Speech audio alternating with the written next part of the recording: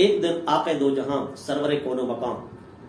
شاہ خوباں صلی اللہ تعالی علیہ وآلہ وسلم مابین صحابہ ایسے ہی تشریف فرما تھے جیسے ستاروں کے درمیان چاند ہوتا ہے۔ سرور دو عالم صلی اللہ علیہ وسلم نے اپنے غلاموں سے ارشاد فرمایا، اے میرے صحابہ، اے میرے غلاموں، قیامت کے دن ہوگا، میدان محشر بپا ہوگا، ہر کوئی رو رہا ہوگا،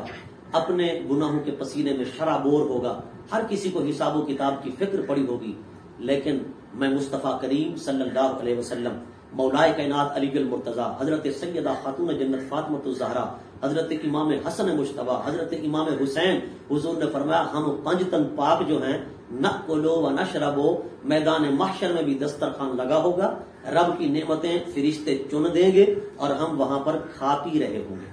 صحابہ کرام علیہم الرضوان نے تعجب کے انداز میں حضور کی بارگاہ میں عرض کیا، یا رسول اللہ، وہ میدان محشر، ہر کوئی رو دھو رہا ہوگا، ہر کوئی پریشان ہوگا، ہر کوئی حساب دے رہا ہوگا، آقا آپ اور آپ کی اولاد کھا پی رہے ہوں گے،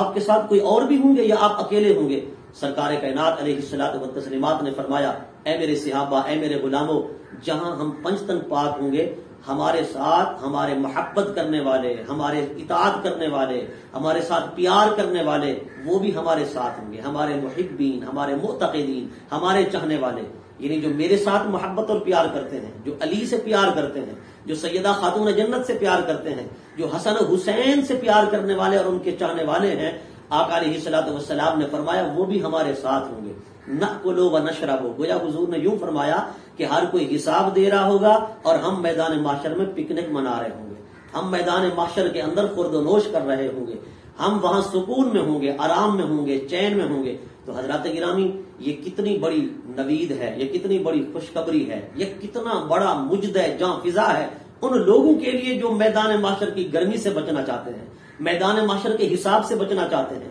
میدان محشر کی ہولناکیوں سے بچنا چاہتے ہیں۔ انہیں چاہیے کہ اگر وہ چاہتے ہیں کہ میدان محشر بھی ان کا پرسکون طریقے سے گزر جائے، وہ آئیں، 5 تن پاک کا دامن تھام لیں اور ان سے پیار کریں۔